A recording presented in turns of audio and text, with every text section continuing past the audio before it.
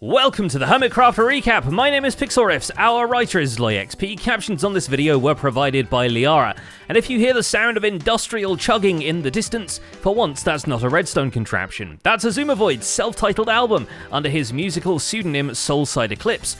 So for anyone who's been weighing it, the server just got a whole lot heavier. I put so much of my soul, my passion into this project, and this year I decided to make it a reality, and so I've spent the last... But things on Hermitcraft are still light and breezy, with all sorts of minigames popping up to distract everyone from what they were doing, unless what they were doing was building minigames. And we have news that, as of yesterday, the server was upgraded to Minecraft 1.20, and immediately began creaking under the pressure as everyone scattered across the map looking for cherry groves, suspicious sand to brush, and designs to stencil onto their armor.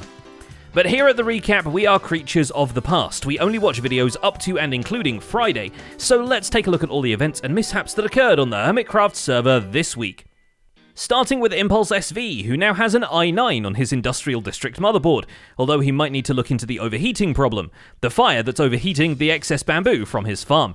Because Impulse, like many other people, has realized bamboo will be in popular demand once the server updates to Minecraft 1.20. We'll see. The Hermits will eventually come to realize how amazing bamboo is, but I want it ready for them when they do. So he not only reroutes the farm into his storage system, he converts the other half of the farm that was previously sugarcane into bamboo as well. We probably got enough sugarcane to last the rest of the season, even if we go on for another 5 years, which I don't think we will, but anyway. Then it turns out to need a whole minecart system to collect and refill shulker boxes, just so he can store it all and ship it off to iBuy. Truly his cup runneth over. Just like the Zedvancement cup runneth over to Zombie Cleo's museum, at least when Impulse decides to prank them and wears the trophy while under the effects of an invisibility potion. That worked pretty good. Actually, that actually looks pretty good. Oh, look, I can... It's so good. Oh, we're That's making a game great. out of this. We're so making a game out of this. This is so prop hunt. This is proper night at the museum stuff. We gotta tell Scar. Oh. In the meantime, Cub is runneth over the entire server trying to get as many mobs as he can to his museum within the limit of 4 hours. We got the Arctic Fox. I said we were racing against the clock to get these mobs because we absolutely are, guys. We absolutely are. Luckily, some people straight up sell animals just across the road from here, and some animals will chase you down across half the server. As such, Cub successfully acquires a Hoglin that naturally transforms into a Zoglin in the overworld, because no matter how speed you run, you can't outspeed run the plague. It seems like this guy can't drown, actually. Makes sense because basically he's already dead. So, I guess that's cool. Okay, we gotta be kind of careful here because Zog the Hoglin will actually attack any mobs in his nearby area, so we gotta put him in a pen that's not adjacent to another pen, like this one right here might be good. Another rare beast for Cub to put in his museum turns out to be B-dubs. The many shiny varieties of BOO would cost a shiny penny if Cub was getting them from the head gacha machine. Luckily, he was able to strike a promotional deal with B-dubs directly and get the whole pile of B-dubs heads in exchange for actively advertising the shop in the museum exhibit. I think what I can do, B-dubs, I can put a sponsored by B-dubs head shop. And then coordinates. Yeah. Okay, Graciously provided by. Do you have any She king does. stuff, by the way? I mean, if you Fantastic. wanted, I made that castle. Ransack it. Anything in there is yours. Anything? Oh my goodness. Yes. Okay. The Hot Guy exhibit gets an even better deal. On top of displaying all of Scar's merch, the museum offers a shooting range where you can practice your archery and even win a replica Hot Guy bow. And when you jump through the portal, wouldn't you know it, it's the Empires, folks. So I thought it would be appropriate to put them like through the rift because they are, Empires members after all. Now, what Cub did have to actively battle for is the Evil Azuma TCG Trophy exhibit. We didn't get to talk about this last time because of some Wi-Fi interference, but Evil Azuma is now a TCG boss battle, and an automated one at that. That's right, through what we can only imagine is a Redstone incantation, X was able to put together an in-game, in-minigame boss with a mind of its own, so the layers of abstraction are piling up as you can see. Now, this is no straightforward system because there is another element of the difficulty increasing. So with Cybot's help, we now have an amazing Evil X boss battle arena. This week, however, brings an arguably harder challenge for his mechanization skill, because if you think making your own redstone is hard, consider how much harder it is to tweak someone else's. Yes, it's once again time to make David the copper aging field even more complicated. So just imagine that the facility here, instead of having just this one, could have all the different stages of aging. And we can do this with redstone. And so I thought this was going to be really simple. You see, You might remember me helping X install this beast of epic proportions, and if you do, you'll know it was not designed to also wax the copper on the way out. So now he's modded a boss battle into his favorite minigame and developed an add-on for a tool I designed. But no, Azuma hasn't spent as much time on the server as usual, he says, wearing a crown that takes hours to get. oh, time. Woo, I got the first level. Did I break it? It only went down by what? It's stuck in a loop. What have I done? BOO manages 2 minigames this week, although one of them is how can I get my PC to not die? But I am finding that that wasn't everything. It's kind of brute force. I've blue screened like 20 times in the last 24 hours. Beat-Up has been in a pure panic mode, just FYI. Apparently, enough dedotated wham and horse riding fries your computer memory, so many blue screens died to bring you this video, and the Redstone with Beat-Up segment is sponsored by Windows Accessibility Settings. Redstone with Beat-Ups!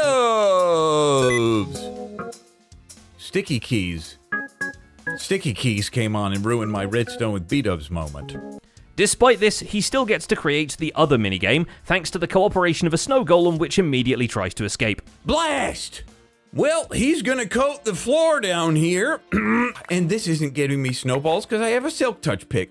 Once he's farmed enough snowballs, he sets up a sideshow attraction in which contestants have to fling snowballs at a target block to win a prize.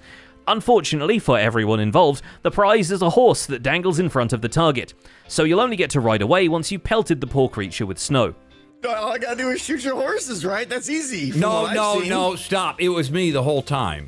Still, somehow Tango Tech gets away victorious, both from the minigame and the one pillager he somehow also won. Patience is key. Oh! Oh, hey! What is this?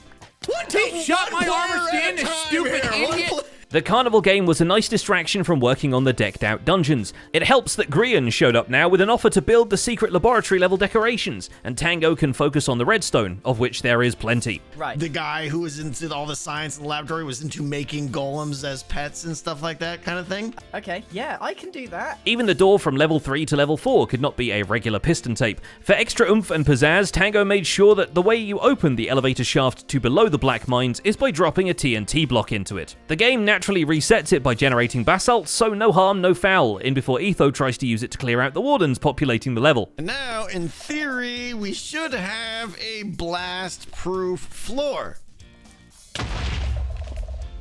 Excellent! Then again, maybe we should keep Tango occupied with environmental design, given that he's now making secret passages like this underwater one. The idea of a chest behind a secret is perfectly fine, it's just the way there is so windy and brutal, it could be considered its own underwater level. Over through here and all the way down here, into all this, around the corner, I'm almost drowning, down here, under the thing, and then you're here. You can see how this is a little more involved than the current top minigame that's about pressing a button at the right time. And luckily it's a bigger landmark than the button because XB Crafted only just remembered the button was there, and it took longer than he'd like to admit to discover the TCG Swap Shop. This, I feel like, is not it. I'm going places I ain't supposed to be. You would think there would be a sign that says, like, here's the place to swap your TCG stuff. But he's observant enough to spot the difference between the cards he's swapping, most of which are just worded slightly clearer, and even to spot foxes darting between the trees of a taiga biome, because XB and Vintage Beef team up to locate the Vulpine residents of the enclosure Beef built for XB's zoo project. XB even gives us a display of expert marksmanship saving them from the encroaching creepers, although he can't save them from Minecraft's lead mechanics. Do you just run up to them and use the lead on them? Uh-huh. I think that's probably where I'm going to leave it. Now, how do I get... Where do I go from here? I've got 3.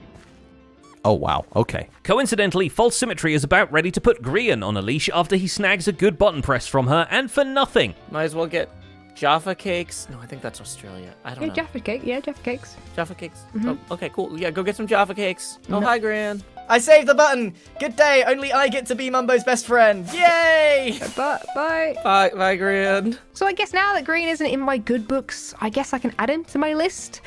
I just feel like making a bit of a list of people that have wronged me. Not that False herself is a stranger to shenanigans, as we see her pull some PT jump scares on Rendog while he was visiting.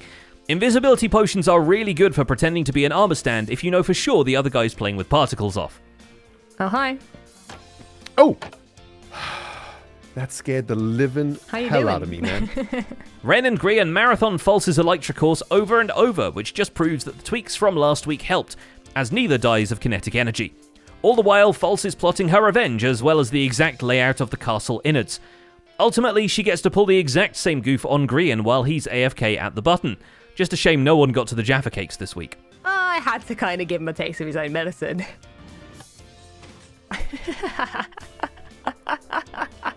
I had to. Guys, it's even. It's fair. As a desperate bid for Mumbo's friendship, Grian has been trying to hit the Purple Crown limit.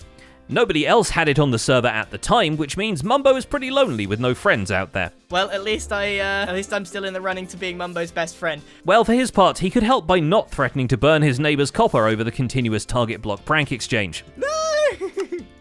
Man's burning that's not very best friend behavior. As such, Grian gets the only regular friend crown for now, no thanks to someone holding a grudge here. What took longer still is arranging some giant rocks around his base in a presentable manner. At a glance, it might not strike you as a 7-hour build, especially since we saw floating boulders out of the guy already, but consider this is also where Grian's chest pile has been this entire time, and it's not there anymore. Look how much I've got rid of in terms of clutter. This was all just sitting in my base. Turns out offering to work on Decked Out Level 4 wasn't just him procrastinating on cleaning his storage after all, and Grian had it moved in a neat, or at least neater, fashion. Not neat enough for Zedaf, at least. Okay, this is like neat mess. There's a shulker box right there, though. Hey, I lived in your mansion once. I know exactly what it's like to live in your mess. Oh yeah, that's true. This is some big words from a man whose storage, though it may be neat, doesn't have any dragon eggs in it, which is why Grian's duped one is of big interest to Zedaf. Rumors tell me that you are a man with eggs. For now, though, it's a no-sell, and Grian even considers booby-trapping the dragon egg with an observer so that the rare item isn't too easy to get from him. Joke's on him, one could simply point out the extra egg to Pearlescent Moon to send Grian to Minecraft jail for his duping crimes. And finally, there's Doc M, who decides this time he's not going to spend hours camping out to get the latest colourful accessory. This time, he's gonna hack the button. Very suspicious to have Green's cam account on all day. I think what he's trying to do is keep it loaded so it runs faster. First, though, he looks at how they massacred his boy. Alright, anyways, that is just one example. After Mumbo got banned from tournament play, which ruined our whole strategy we've been using for the whole first season of TCG. Poor Mumbo, but still, yeah, it's no longer 240. It's still one of the most powerful cards. Doc swaps basically his whole card library at the TCG Swap Shop, but he keeps a couple of the pre-nerf cards as a collector's item for his personal trophy room. There's a brief diversion as he, False, and Impulse help Cubfan capture one of the remaining ghasts from his prank on Grian, all for Cub's museum, and a momentary panic when a stray fireball hits the anvil cannon. Luckily, it wasn't in quite the right place to blow everything sky high, but we were also very tense when Doc put out the fire on that one observer. It blew up it blew up 2 rail tracks. Easy repair though, at least? I'm thinking nothing about this thing is easy. I need to call in the hive mind. I don't know what happens if I update this observer here where the fire is on. But with those distractions aside, Doc turns his attention back to the button heist. Digging a large hole below the button's chassis, he rigs up an Ender Pearl stasis chamber that triggers when the button reaches purple, or alternatively when someone presses it, with the idea that he can either arrive to click the button himself or snipe the crowns from someone else. Then using another Ender Pearl teleporter, he warps back to the perimeter. The first tests don't quite go according to plan, but there was always a chance there'd be some bugs to work out. Finally though, Doc parks himself in an AFK booth overnight, and returns to find all 3 crowns in his inventory, which we're pretty sure makes him Mumbo's best friend. Oh my god, we succeeded. I win! Yes! I just woke up. And that's about it for this week's recap. Our writer is LoyXP and my name is Pixel Riffs. Captions on this video were provided by Liara. Don't forget to leave a like while you're still here and subscribe so you won't miss future recaps. Thanks for watching, and we'll see you next week.